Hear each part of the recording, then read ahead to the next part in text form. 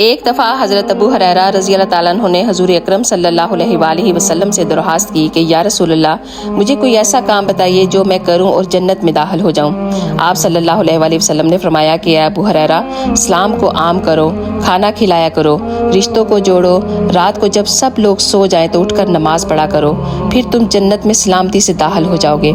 آپ صلی اللہ علیہ وآلہ وسلم نے فرمایا کہ صلہ رحمی سے بڑھ کر کوئی ایسی نیکی اور اطاعت نہیں ہے جس کا ثواب جلدی مل جاتا ہو، اور قطع رحمی اور سرکشی سے بڑھ کر کوئی ایسا گناہ نہیں ہے جس کی سزا جلدی مل جاتی ہو، اور جھوٹی قسم آباد گھروں کو بھی اجاڑ دیتی ہے۔